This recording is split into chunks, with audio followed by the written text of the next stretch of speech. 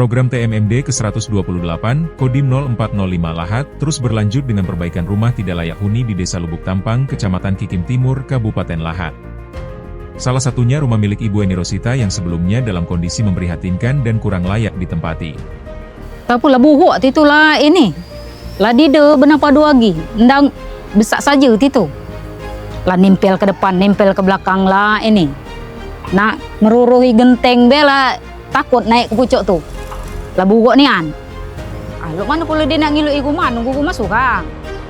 Suaminya kata, kami jauh-jauh, cuman aku dewean yang di sini ngawasinya. Terima kasih kepada Bapak Tantara, kepada Bapak Kepala Desa untuk memperbaiki rumah. Melalui TMMD ke-128, Kodim 0405 Lahat, program ini diharapkan dapat memberikan manfaat nyata bagi masyarakat pedesaan.